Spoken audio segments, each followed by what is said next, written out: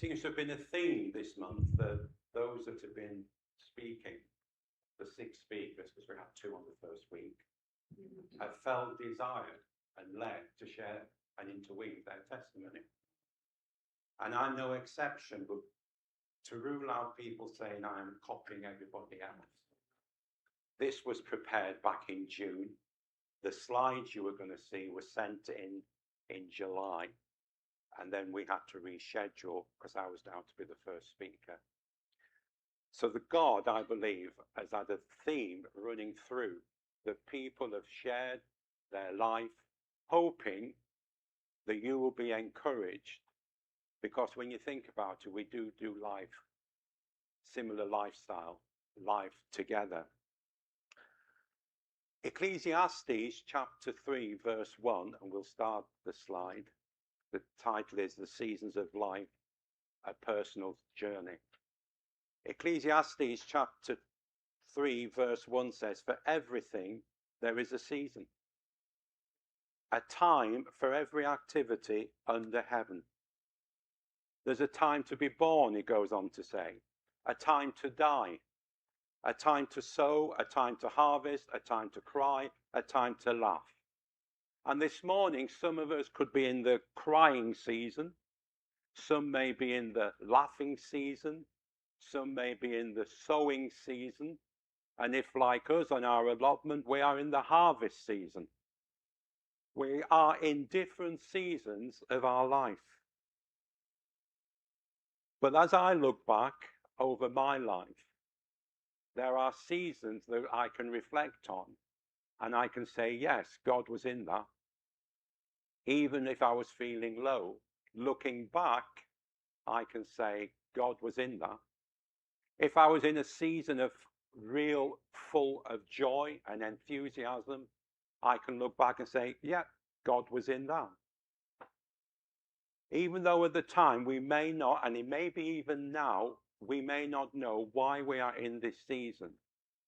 You can look back and I can look back and we can be encouraged and say, yeah, I can draw on previous experience that God was in that, therefore God is with me today.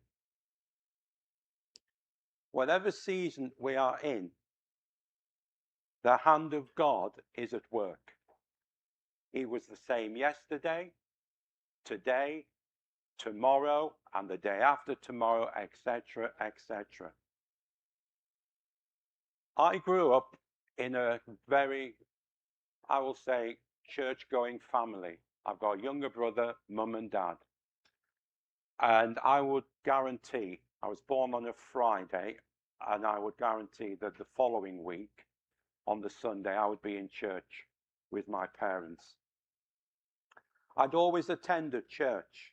In fact, at one stage, I attended 2, my parents' church and my paternal grandmother's church.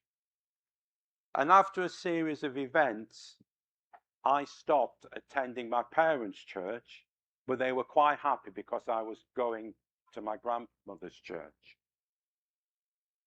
And at the age of 14, I became, well, I've put on the slide, under starters orders. At the age of 14, one Sunday evening in December, I read a booklet called Journey into Life.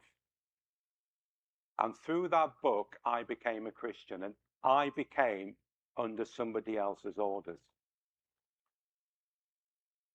I knew at that moment something had changed.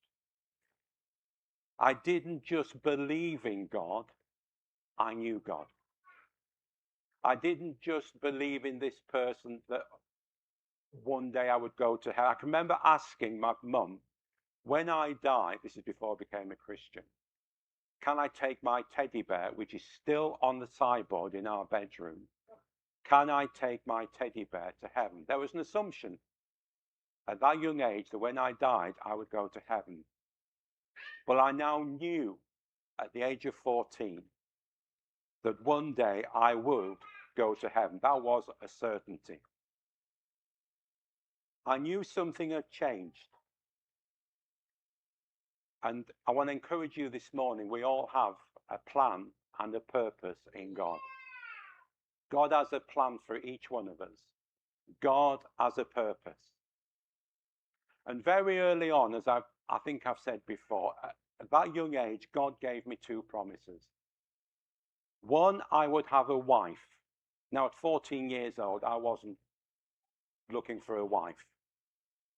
But I want to say, because of that promise, I had peace throughout all my teenage years and early 20s. And also, I would have something to do, was the other promise, in the church. So at that gentle age of 14, I started picking up the hymn books in the pews and putting them back in the foyer, ready for the next service. And I did that for 3 years. Ecclesiastes chapter 3, verse 2, a time to plant and a time to harvest. God was planting in my life for future harvesting. And he's planting in each of our lives for future harvesting. God is, and God will continue to plant in each of our lives, because he wants each one of us to bear a harvest. Eventually, I had to work, which is part of the season, and a job opportunity came up in Leeds. And I began my career in retail. There was a Christian bookshop based in Leeds. I could stay at home, I commuted on the train, and this was not just a job, it was God opening up the path for my future. It became the foundation that was to follow the rest of my life. Ecclesiastes, I'm stuck in this book, chapter 3, verse 12. People should eat, drink, and enjoy the fruits of their labors, for these are the gifts from God. The job was a gift from God. I had failed every one, bar one, of my GCEs, which didn't please my mum, because the GCE results come out, and they still do, on the last Thursday of August, which in that particular year was her birthday. And the only one I passed wasn't an exam. It was assessed throughout the year. And yet I can remember everything, apart from chemistry, physics, and biology. You can chuck them away. I can remember everything else. But when you got into an exam room, my mind just went blank. So this job was God opening up the door. And I thoroughly enjoyed it. A year later, a vacancy arose in another branch. It was promotion, overseeing at one of the 2 floors. And if successful, it would mean 2 things. One, I would have to leave home. While my GCSE results came out on my mum's birthday, I left home on my dad's birthday. I was stood at Leeds Station waiting to catch a train to foreign lands, Lancashire. I was heading to Manchester. And in Manchester, a seed was sown. And God is sowing into each of our lives different seeds. I had to oversee a floor. I had to come across a different dialect, different words which I thought was something else. And I stayed at the YMCA. Now, there's a YMCA in the city centre, and at the time there was one just about a mile and a half away that had about 200, 250 guys, each in their own rooms. And I loved every moment. But I remember praying, Lord, I'll stay here, but I don't want to be lonely. You can be lonely in a crowd. And the next evening, I went into the cafeteria for my evening meal, got the tray, got the food, went to a table. And this man, young lad, be about 24, 25 at the time, came and he said, is that seat taken opposite me? And I can remember him sitting down, moving the tray, putting all his plates and cutlery out, then bowing his head. And I thought, is he saying grace? And I asked him, and that was his way of introducing himself as a Christian. And so the day after I prayed for somebody, this guy came and sat down. You see, God is a God that answers prayer. And it can be a simple prayer. I then discovered by him that there was at least 20 to 30 other Christians in that building. So we all started to meet with each other. The other thing God led me to do, which I was writing this down, I thought this was amusing, a little vacancy arose to man the reception in the YM on a Monday night. That was when all the staff went home, just answered the phone, put calls through to the guest residents. And the Monday night just happened to be the day, Monday just happened to be the day that everybody had to pay their rent. So through that, I got to then know the rest of the community. And it was an amazing time. But God started to sow a seed, a specific seed. And he was doing it behind the scenes while I was in Manchester. And I will come on to that in a minute.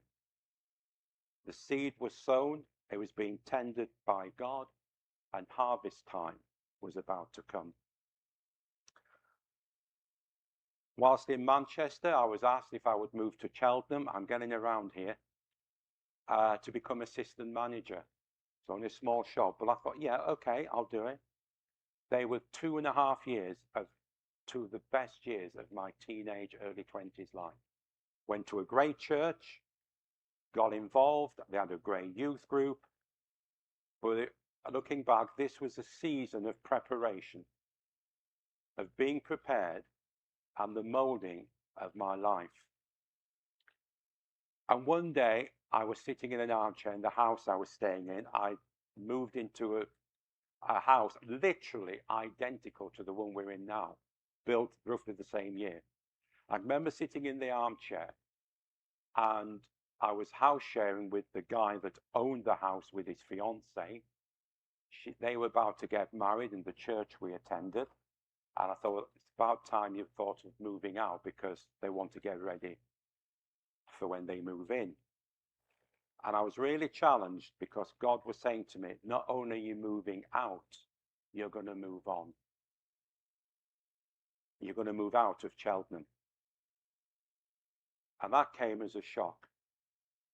But when God tells us to do something, we have to be prepared for the path that He, that's gone quick, that He is preparing for us. 1975 was a reset. I visited my parents. I ended up applying for a job in a shoe retailer, again based in Leeds, and ultimately moving back to home. And I thought at the time, you are going to be greatly challenged, because is this a defeat? You're retreating back to where you started. You're retreating to where you were living-wise, and geographically, the location, the job was just the next street. Well, I want to say this, and I believe this is a word for at least one person. Retreat isn't defeat. Retreating, going back to where you once were, is not defeat. Jacob woke up from dreaming about the ladder in heaven. He built an altar and named it Bethel, Genesis 28. 7 chapters later, God told Jacob to return to Bethel. He went back under God's anointing, and he went back more experienced. And the one thing I noticed when I was reading that, the number of times God says to Jacob, you do this, I will. I will. And I want to say, God's saying to us, I will. Whatever situations we are in, God is saying, I will. I will be with you. I will see you through it.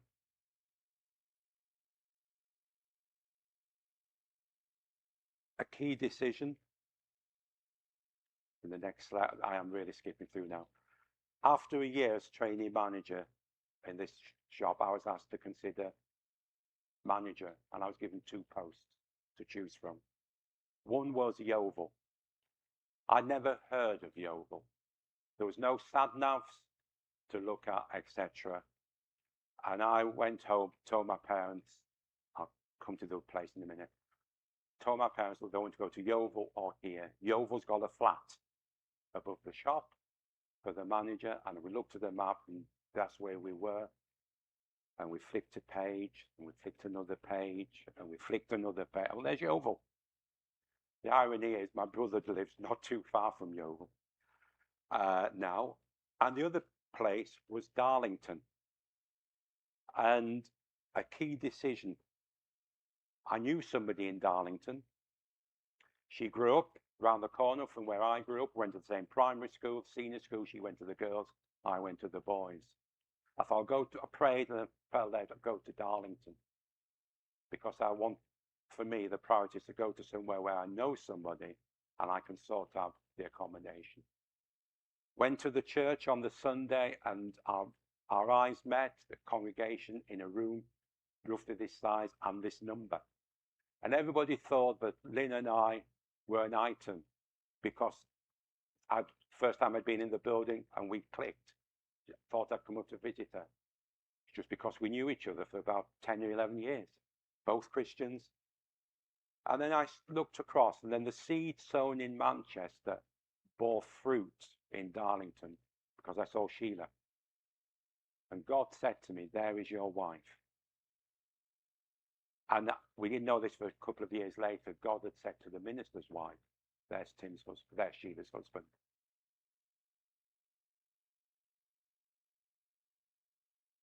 So at harvest, the promise was fulfilled. Arrived in Darlington and met Sheila. I could have chosen Yeovil. Who knows what would have happened then? Ecclesiastes 3:11 says, he has made everything beautiful in his time. God had joined the dots and is continuing to join the dots in my life. And he's doing the same for each one of us. We've each got dots that we can see, yes, God has joined A to B and C to D, and he's still doing it. If you've got dots that haven't been joined, God will join the dots. And so, yeah, met Sheila, and in the first quarter of next year, we will be married for 49 years.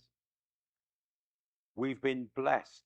We've got 2 daughters, 3 grandchildren, a great-grandson who will be 3 months old next Wednesday, and is the reason I'm speaking today and not the first Sunday in August. It's a prayer answered. A prayer I specifically asked God. I was reading in 1 Corinthians 12:28. It lists various gifts that God has given to the church. And one is administrators. And I can remember praying back in the 70s, well, I'm an organized person. God, anoint my natural ability. And for the last 15 years of my life, I was administrator in a church, and I thoroughly enjoyed it. God answers our prayers. Whatever we pray, God answers our prayers. Even if it's not the way we would like it to be, God still answers prayer. God is faithful. God has been faithful to me and to Sheila. He's faithful to you. We've been to places we have never thought possible. I can't go into details because of time, but we've been twice to Tanzania. One of them was for a month. Once to Ghana, that was for a month. And the only thing we paid for, which was a waste of money, was the vaccination against rabies for one of the trips. Everything else was provided. We don't know where to this day. But we can say that God has been faithful. Ecclesiastes 7:14 says, when times are good, be happy. But when times are bad, consider this. God has made the one as well as the other. God is in control. Whatever situation you or I are in this morning, God is in control. God is there. He's working in your life. He's working in my life. Hold on to what he has said. A song that we sing, in fact, it was playing in the background as we came in this morning, and I think it's been featured 2 or 3 times during this month. First time I saw it, I had flashbacks. Sung it, no, it's not sorry. I had flashbacks of my life, different seasons. I'm thinking, yes, God was there. Yes, God did that. Yes, God was available when I needed him. And I'm just going to read you the words and apply it to our lives. Just apply it. I love you, Lord. Oh, your mercy never fails me. All my days I've been held in your hands.